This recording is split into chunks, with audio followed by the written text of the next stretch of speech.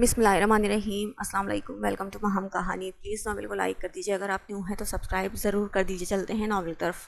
وہ ٹیرس پہ کھڑی وہ ہمیشہ کی طرف صرف اس کے بارے میں سوچ رہی تھی، چاہتے ہوئے نہ چاہتے ہوئے بھی اس کی یاد سانس کی طرح تھی۔ دانستہ کبھی وہ یاد نہیں آیا تھا، پتہ نہیں وہ کیوں یاد آتا تھا، شاید کبھی وہ اسے بھولی ہی نہیں تھی۔ بازل کی گاڑی کی آواز سن کر وہ چونکی تھی۔ وہ آج ہی یہاں ہنی مون سے لوٹے تھے اور وہ اسے گھر ڈراپ کر کے باہر چلا گیا تھا۔ گاڑی پورچ میں کھڑی کر کے وہ اپنے ویسٹ کوٹ کے بٹن کھولتا ہوا اتر رہا تھا۔ بلیک پینٹ کوٹ اور سفید شرٹ، گھڑی کو کلائی میں گھماتا ہوا بے نیاز، پتہ نہیں وہ اتنے بے نیاز کیسے ہو پاتا تھا، یا شاید وہ دیوتا تھا۔ وہ اس کی داسی بن چکی تھی۔ بے نیازی اور بے اعتنائی اس کی سرشت میں شامل تھی۔ وہ اس کی نگاہوں کے سامنے چلتا ہوا غائب ہو گیا تھا۔ اس نے کافی کے مگ کو دیکھا۔ کافی ٹھنڈی ہو چکی تھی۔ یہ کوئی نئی بات نہیں تھی، اسے ٹھنڈی کافی پینے کی عادت ہو گئی تھی اور وہ اس عادت پر ہنستا تھا اکثر۔ وہ کیسے بتاتی کہ یہ عادت بھی اسی سے ملی تھی؟ وہ جانتی تھی وہ فریش ہو کر اگلے 20 منٹ میں کھانے کی میز پہ ہوگا۔ ڈسپلن اسے پسند تھا، گھڑی کے ساتھ چلنا اسے پسند تھا اور اسے ڈسپلن زہر لگتا تھا۔ وہ کبھی بھی لگی بندی روٹین کی زندگی گزارنے کی عادی نہیں رہی تھی۔ اسے تھرلنگ اور ہر لمحہ زندگی انجوائے کرنا پسند تھا، اور میری زندگی بس ایک جگہ ٹھہری ہوئی ہے۔ ہم دونوں بہت مختلف ہیں، ہم کیسے ساری زندگی ایک ساتھ رہ پائیں گے؟ وہ سوچوں میں گم تھی۔ کھانا لگ گیا ہے، ملازمہ نے آ کر اسے اطلاع دی۔ بھوک نہیں ہے مجھے، خادمہ کو اس نے چلتا کر دیا اور خود اس کا ویٹ کرنے لگی۔ اتنے دنوں میں وہ اتنا تو جان ہی گئی تھی، وہ اس کا خیال رکھتا تھا اور ہمیشہ کی طرح وہ صدا کا بے نیاز شخص اسے بلانے آیا تھا۔ کیا ہوا لڑکی؟ شال کندھوں پر ڈالے وہ اس کے لیے آ گیا تھا۔ مجھے بھوک نہیں۔ وہ چپ چاپ اس کے ساتھ ٹیرس پر کھڑا ہو گیا۔ کتنا عجیب انسان تھا وہ، بنا کچھ کہے اسے سن لیتا تھا۔ دیوتا! وہ زیر لب بڑبڑائی۔ کیا کہا؟ وہ چونکا۔ کچھ نہیں۔ ٹیرس کی شام کتنی خوبصورت ہے۔ ریلنگ پر جھکتے ہوئے وہ بولا تو دیکھنے لگی، شاید وہ بھی اس کے لمحے بھر کے فیسنیٹ کرتی تھی۔ چند دن سے وہ بدلا بدلا سا برتاؤ کر رہا تھا، اس کے زیادہ قریب بھی نہیں آیا تھا۔ پریوش کو سمجھ نہیں آ رہی تھی کہ وہ اس سے کیا چاہتی تھی۔ پاس آنے سے وہ بدک جاتی تھی اور دور جانے پر وہ چڑ جاتی تھی۔ میں شاید واپس چلا جاؤں، پتہ نہیں وہ بتا رہا تھا یا پوچھ رہا تھا۔ وہ کچھ نہیں بولی تھی، بس اسے دیکھنے لگی تھی۔ کیا تمہیں اس سے فرق نہیں پڑے گا؟ وہ اسے دیکھ رہا تھا۔ فرق تو پڑتا تھا بہت زیادہ، مگر اسے سمجھ نہیں آئی تھی کہ کیا کہے۔ وہ ماں محبت اور ہمدردی کے درمیان پھنسی ہوئی تھی، یا شاید پریوش کو ایسا لگتا تھا وہ محبت نہیں کرتا تھا، بس ہمدردی اور ترس کھاتا تھا اس پر۔ وہ خاموشی سے اب دور کہیں دیکھ رہا تھا۔ ٹیرس پر شام اتر رہی تھی اور ایسے ہی شام شاید دونوں کی زندگی میں اترنے لگی تھی۔ محبت پر انسان کا اختیار نہیں ہوتا ہے۔ باسل نے کبھی سوچا نہیں تھا اسے محبت ہو جائے گی، وہ بھی اس لڑکی سے جس سے اس کی نہ چاہتے ہوئے بھی شادی ہوئی تھی اور جس سے بچپن جوانی تک ایک رسمی سا تعلق رہا تھا، جو گھر میں ہوتی تو تھی مگر نہ ہونے کے برابر۔ پریوش تھکی ہوئی تھی، سو باسل نے اسے جگانا مناسب نہیں سمجھا تھا۔ ناشتے کی میز پر دادو اور طیبہ بیگم ہی تھے۔ تمہاری بیوی کدھر ہے؟ طیبہ بیگم نے تنزیہ پوچھا تھا۔ سو رہی ہیں وہ، کل سارا دن سفر کیا ہم نے تو اس وجہ سے تھک گئی تھی، میں نے کہا آرام کر لے۔ ایسے بھی کیا تھکن تھی، کون سا شہزادیوں جیسی زندگی گزارتی آ رہی تھی جو تھک گئی اتنے سے سفر سے؟ پہلے اگر شہزادیوں جیسی زندگی نہیں گزاری تو کیا ہوا، اب اسے شہزادیوں جیسی زندگی میں دے دوں گا۔ وہ اس گھر کی بہو ہے، اب ہم اپنے شایان شان ہی اسے برتاؤ کریں گے۔ بہو؟ طیبہ بیگم ہنکارا بھر کر ہی رہ گئی تھیں۔ واہ میرے بیٹے، تو نے تو سکندر کی یاد دلا دی، وہ بھی ایسا ہی تھا، جسے اپنا لیتا تھا، اسے کبھی مایوس نہیں کرتا تھا۔ دادو جو اتنی دیر سے خاموش تھی، خوشی سے جھوم اٹھی تھی۔ خیر، غضنفر کے بیٹے کی منگنی ہے اور احمد اور اس کی فیملی بھی آ رہی ہے، میں چاہتی ہوں تم انہیں لینے جاؤ ایئرپورٹ۔ باسل کے ہاتھ رکے تھے۔ مگر میں کیوں جاؤں؟ کسی بھی ڈرائیور کو بھیج دیں، پک کر دیں۔ یہ تم اچھے سے جانتے ہو کہ تم کیوں جاؤ گے۔ دیکھو امی، جو آپ نے سوچا ہے تب میں نے ہاں کر لی تھی، مگر تب حالات کچھ اور تھے، اب میں شادی شدہ ہوں اور میں کچھ نہیں جانتی، تم انہیں لینے جاؤ گے اور بات ختم۔ طیبہ بیگم نے ناشتے کی میز سے اٹھتے ہوئے بولی تو باسل کچھ کہتے کہتے رک سا گیا تھا۔ دادو ان کا مسئلہ کیا ہے؟ میں لینے جاؤں، ساتھ یقیناً تانیہ بھی ہوگی۔ کچھ نہیں میرے بچے، کچھ وقت تو لگے گا تمہاری ماں کو، پھر وہ حقیقت قبول کر لے گی۔ باسل سر ہلا کر رہ گیا تھا۔ احمد علی باسل کے ماموں تھے۔ طیبہ بیگم باسل کا رشتہ ان کی بیٹی سے کرنا چاہتی تھی اور باسل نے اعتراض بھی نہیں کیا تھا۔ تب بات چیت چل رہی تھی کہ بیچ میں وہ سب ہو گیا جو کسی نے سوچا تک نہیں تھا۔ اب وہ لوگ آ رہے تھے۔ بازل ناشتے کی میز سے اٹھ کر روم میں آیا تو پریوش ابھی تک سو رہی تھی۔ کتنی معصومیت تھی اس کے چہرے پر۔ بازل اس کے پاس بیٹھ کے اسے دیکھنے لگا تھا۔ ایک شریر بالوں کی لٹ پری کو تنگ کر رہی تھی تو بازل نے ہاتھ بڑھا کر اسے پیچھے کرنا چاہا۔ ٹھیک اسی وقت پری کی آنکھ کھلی اور اس نے چیخ ماری۔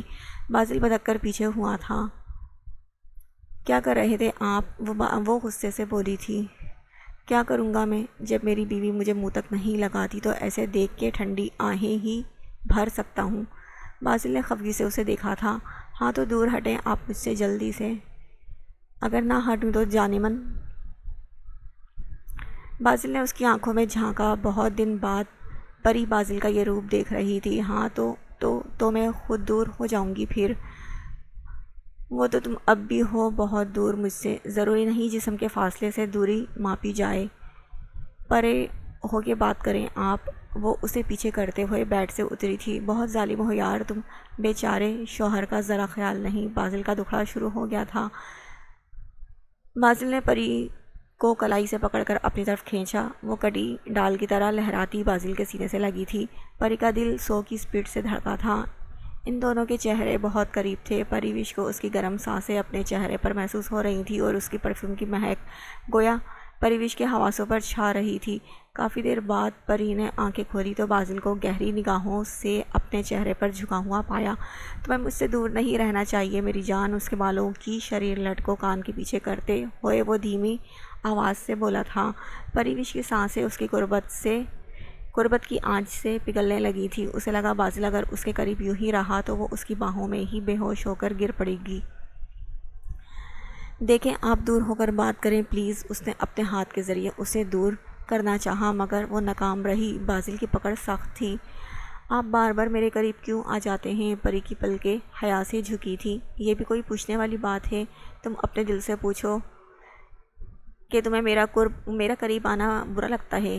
پری نے آنکھیں اٹھا کے بازل کو دیکھا جہاں ایک محبتوں کا جہاں آباد تھا۔ پری نے فوراً پلکیں جھکا لی۔ مجھے نہیں پتا بس۔ بازل کے چہرے پر مسکراہٹ آئی۔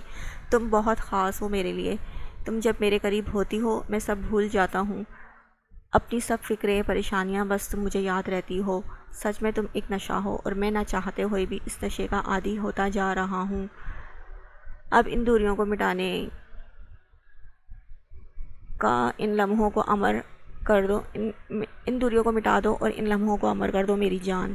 وہ بہک رہا تھا۔ اس کے ہونٹ پری کے چہرے کے ایک ایک نقوش کو چوم رہے تھے۔ پری نے آنکھیں کھول کر بازل کو دیکھا جہاں بہت محبت تھی، عقیدت تھی، پیار کے سچے رنگ تھے۔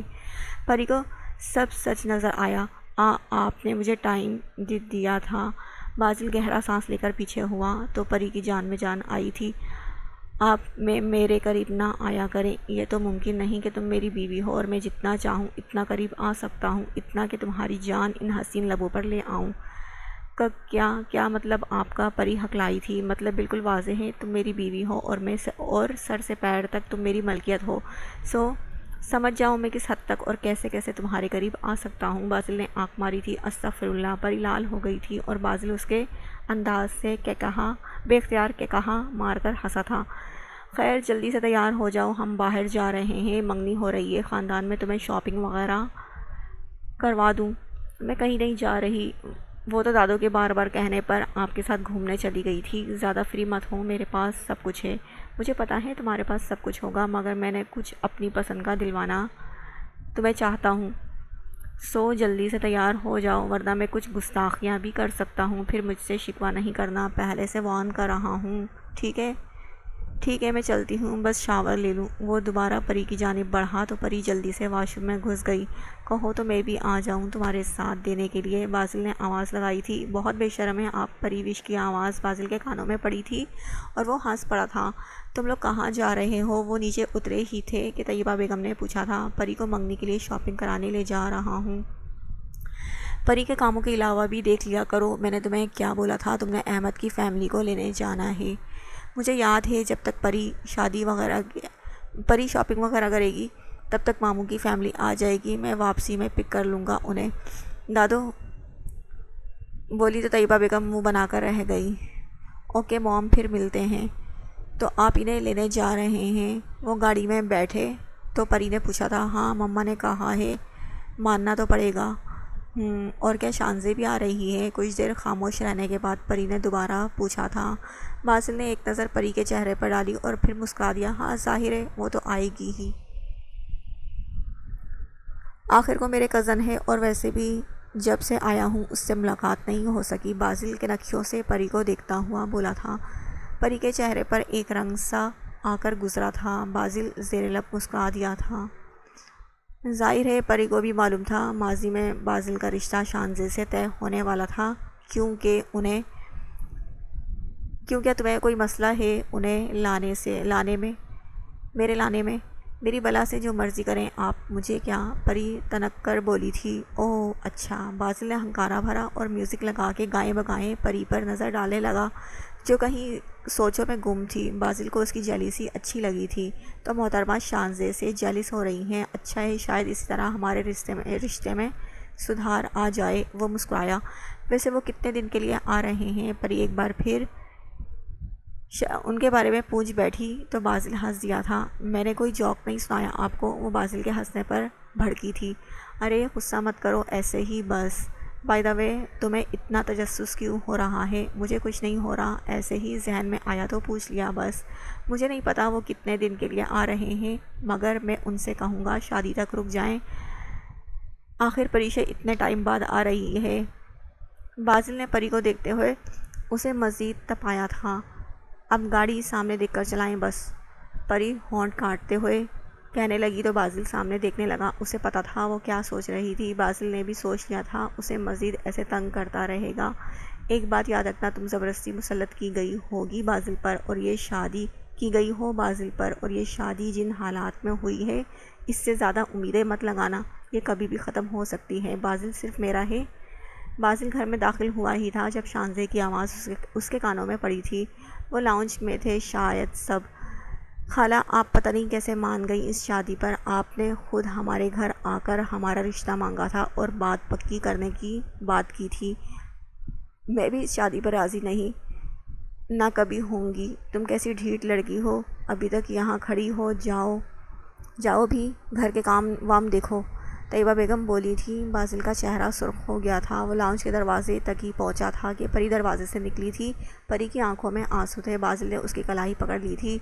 مجھے جانے دیں، کلائی چھڑانے کی کوشش کرنے لگی، مگر باسل اس کی بات انسنی کرتے ہوئے اسے واپس لاؤنج میں لے آیا تھا۔ شانزے اور طیبہ بیگم اسے وہاں دیکھ کر ایک لمحے کو گھبرا گئی تھی۔ تم کب آئے بیٹا؟ طیبہ بیگم نے پوچھا تھا۔ مجھے آپ سے اس رویے کی امید نہیں تھی امی۔ اور تم؟ وہ شانزے کی طرف مڑا تھا۔ ہاؤ ڈیئر یو، تم میری بیوی سے اس لمحے اس لہجے میں اور ایسے بات کیسے کر سکتی ہو؟ میں تو وہ شانزے سے کوئی بات نہیں بن پائی تھی۔ جسٹ شٹ اپ، یہ میری بیوی ہے اور جب تک میں زندہ ہوں یہی میری بیوی رہے گی۔ آئندہ اگر میری بیوی سے اس طرح کسی نے بھی بات کی تو مجھ سے برا کوئی نہیں ہوگا۔ وہ دھاڑا تھا، اور ہاں جو تم خواب دیکھ رہی ہو وہ دیکھنا چھوڑ دو اور اپنے لیے کوئی اچھا لڑکا دیکھ کے گھر بساؤ۔ پریوش نے کبھی باسل کو اتنے غصے میں نہیں دیکھا تھا۔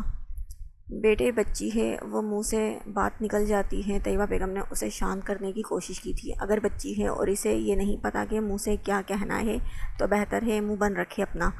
اور آپ تو بڑی ہیں، آپ ایسے کیسے بات کر سکتی ہیں؟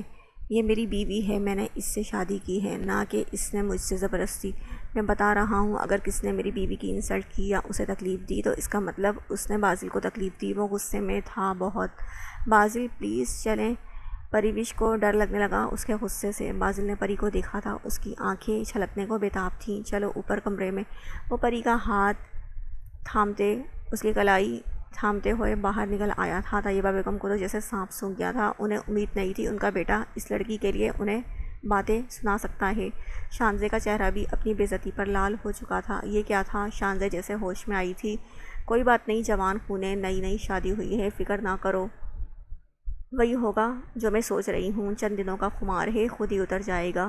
طیبہ بیگم بولی تھی۔ میں یہاں اپنی بے عزتی کرانے کے لیے نہیں آئی ہوں، اور آپ نے کہا تھا پھپھو کہ تم ہی میری بہو بنو گی، جبکہ آپ کا بیٹا تو مجھے کسی اور سے گھر بسانے کا مشورہ دے گیا ہے۔ تم دل پہ کیوں لے رہی ہو؟ تم ہی میری بہو بنو گی، اس کے بارے میں سوچتے ہیں، تم پریشان نہ ہو۔ وہ اٹھ کھڑی ہوئی تھی۔ یہ کروڑوں کی بینک دولت جائیداد بازل کی ہے، کچھ پانے کے لیے کچھ کھونا پڑتا ہے، صبر اور عقل سے کام لوگی تو بہت کچھ مل جائے گا۔ بازل بھی اور بے فکر ہو، اس کو میں اپنی بہو کبھی تسلیم نہیں کروں گی۔ طیبہ بیگم نے شانزے کو ٹھنڈا کیا تھا، وہ ہونٹ چبا کر رہ گئی تھی۔ بازل پری کو لے کر اوپر آ گیا تھا، وہ صوفے پر بیٹھ چکی تھی اور بمشکل خود کو رونے سے روک رہی تھی، اپنی بے عزتی کے احساس سے اس کی روح تک زخمی ہوئی تھی۔ تم کیسی لڑکی ہو؟ تم میں عزت نفس ہے بھی یا نہیں؟